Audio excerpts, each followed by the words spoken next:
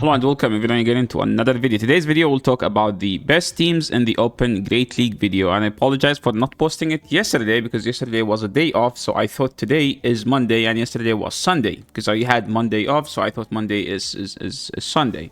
So yeah, today we'll talk about the best teams in the Open Great League. Open Great League is finally back and it's everyone's favorite except me, it's just some stuff here and there. So what is the thing about Great League that people like? It's the league that is accessible to everyone. You might not like it, but you can't argue that it's the most accessible league in the entire game. You don't need to have legendaries to play this league. You could literally just whatever you catch in the wild. Like as an example, the best Pokemons right now are Claydol, Lapras, and Cresselia.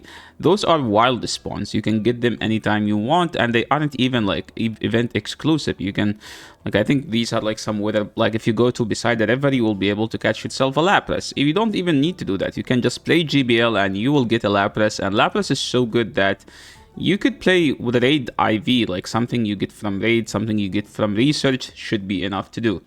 So I've explained Great League in many videos before, but so that's why we're not going to go deep through like the Open Great League meta. We're just going to give you like some ideas on what good Pokemons and what is not. And you can I don't know, you can find yourself some teams that might be interested to you. So we have Claydol, we have Mandibuzz. I don't think Mandibuzz is as good, even though PvPoke rank it as number 3, Clodsire number 2. Those two Pokemons almost do not exist, but they are kind of like very dominant in the lower MMR. At higher MMR, they aren't as relevant because they aren't as spammy, and they just don't do enough damage in the neutral matchups. Where like people would know how to play, people know how to split the damage at higher MMR. We have Lapras. I don't know why Cresselia is number 5. It's actually not as good as you may think. Dusknoir is just much better than Cresselia. Feraligatr is still very dominant. It's number 11, but it's still as a dominant Pokemon as you may think. Corviknight, it's a Pokemon that you cannot kill, but it doesn't also do damage. So it's like in that spot where like it doesn't do damage, but also it doesn't die. Like in between. So if you need like a Pokemon where you can just use it at just like a 3rd and a 4th shield, yeah, what's his name? Corviknight will be that Pokemon for you.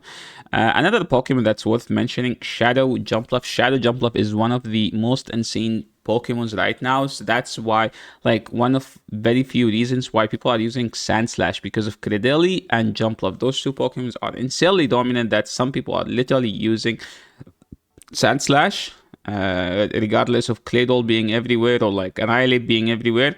Just for those two, people are using A-Slash. Because I noticed that some people also started using Guzzlord again, so another reason why you should be using Sandslash. Drapion is still Drapion, as you were hoping, it's still as decent. So let's just go and talk about the top performing Pokemons. So the top performing Pokemons are like the Pokemons that are kind of performing more than average against the condensed meta. I don't trust PvPoke's ranking for the top performing. I think it needs an update because I don't see this Pokemon, I don't see this Pokemon, I don't see this Pokemon, I don't think this Pokemon is good, and I don't think those two are still as dominant as they were. Toxapex is still niche, and it gets cooked by Lapras if they have even Skull Bash. It just doesn't have a matchup. It gets cooked by Cresselia, gets cooked by Claydol. So technically, if you don't beat 3 of the best 5, you're just not as good. So this might not be the most accurate top performing we've ever done. So let's just talk about the teams, and you guys maybe will have a better idea into how the meta look. But since we are getting a new Pokemon, we got a new Pokemon, and that Pokemon is like the Pokemon with the hammer. I think Tinkaton. That's the name of that Pokemon. So we will start by giving you guys 4 teams for Tinkaton. Tinkaton is kind of it's like we recently got it. It's like it's egg locked Pokemon. And that Pokemon is just insanely strong right now. They nerfed it by removing Brutal Swing from it, but I don't think it's bad now. It's still decent. Like Briggsy hit the legend rank with a 10-0 streak in the Spring Cup. You can guys go watch that video. It's the one before this one. And he just showed why Tinkaton is an insane Pokemon. So we're starting by 2 of Pokemon. As always, tanky team, high skill team. That's how you think of it. If you're looking for a tanky team, you go with the upper row. If you're looking for a higher skill team, you go with the bottom row. So Tinkaton, Mandibuzz, Gastrodon, this is what we call it, alignment dependent. Win lead, win switch, win game. Lose lead, win switch, win game. Okay. So this is how this team works. You just fight for alignment. Well, like this one here, you try to play the lead and 2-shield either of those two. Like, you have to make a good read into your opponent's team and know which Pokemon you should be 2-shielding. Well, is it going to be Dusknoir or is it going to be Pangoro? Usually Pangoro is the one you're going to double shield because of those Credelis in the back. But yeah, this team relies on opponent having a Credeli.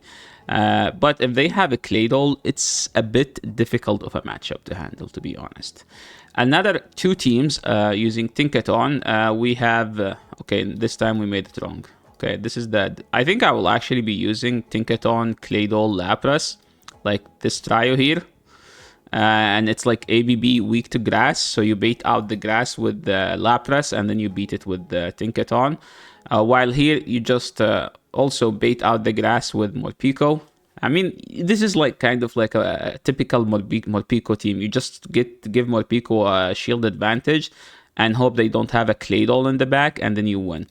While like here, our Claydol answer is only Rodriguez. Rodriguez is one of kind of the most underrated Pokemons right now. The only problem with it is that whatever you want it to do, Claydol does it better. So that's like literally the main reason. Why we don't see it more. Now, one of the most insane Pokemons right now is Credeli, and with Credeli, there is like two kind of teams I suggest. Some people are using it with the pig, Grumpig, or you can just go with double ghost. Wait, not double ghost, sorry. Double answers to the fighters, because Claydol is a fighting answer, Sableye is a fighting nightmare. As far as Corviknight, because it's a solid Pokemon according to PvPoke, I think if I am using Corviknight, I would use Corviknight, Charjabug, and Guzzlord.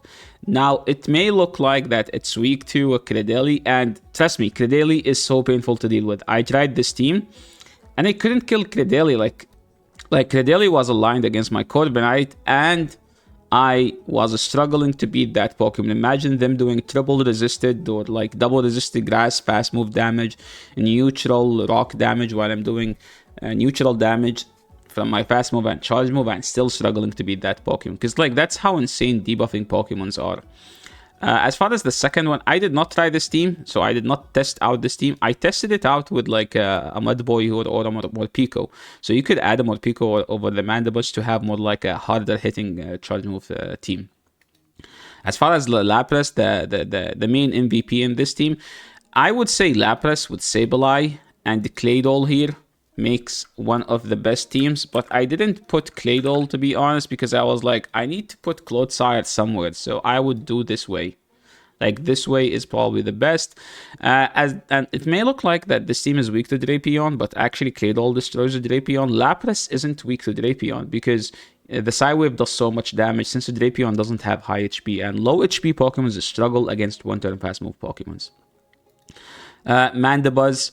I mean, the main Mandibuzz team, we call it an alignment-dependent team, where like you run Mandibuzz with Claydol and Grumpig. You could do Grumpig, you could actually do Wiggly, but now with Tinkaton being a thing, you have to run something like this. So I don't agree with the team above. You have to run something like this, the one below, so you can have 2 hard answers to the Tinkaton. Malamar. So the thing about Malamar, it's not as strong as it used to be, but it's the strongest Psywave Pokemon. Okay, no. It's the Psywave Pokemon that beat other Psywave Pokemon. So that's the way you think about it. Malamar the Drapion is still one of the best cards in the game. It's just like people maybe have forgotten about it and they don't use it as much. And you can use Credeli as a third with it instead. of. If you don't know, if you don't want to use Cresselia, you can just go with Superior.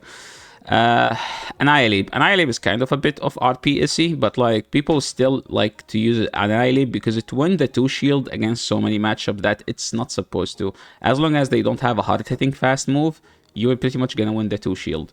And the most dominant, or like the most core that comes with the Annihilate is like Jump Bluff, because that's why, because you're afraid of the Sand Slash. So if people are using Sand Slash, that's why you use something like Annihilate. As far as Sableye, I wouldn't still say that Sableye makes a perfect code with Claydol or Primeape. Those two covered most of Sableye's weaknesses except the Charmer. So that's why we have something like Sand Slash here, or you could go with Cresselia. Now, as far as the Sucker Puncher here, did I forget the name of this Pokemon? Ferret.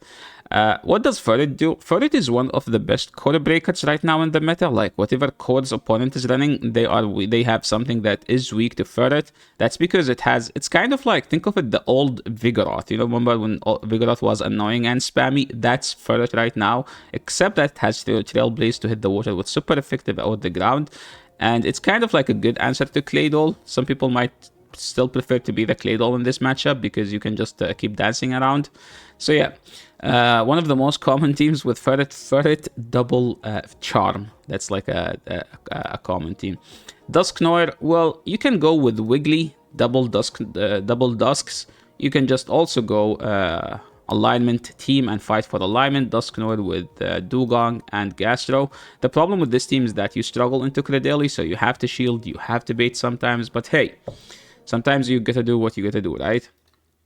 Togetic. I haven't used Togetic so far, but I played into a Togetic Cresselia Ferret team, and I've seen someone using Togetic with Lapras and Gastro. They might not be the most interesting teams, but those are the teams that I saw. I think that's pretty much all you need to know about for the current Open Great League meta. So yeah, best of luck with your climb, and hopefully you found something interesting here. So yeah, thanks so much for watching.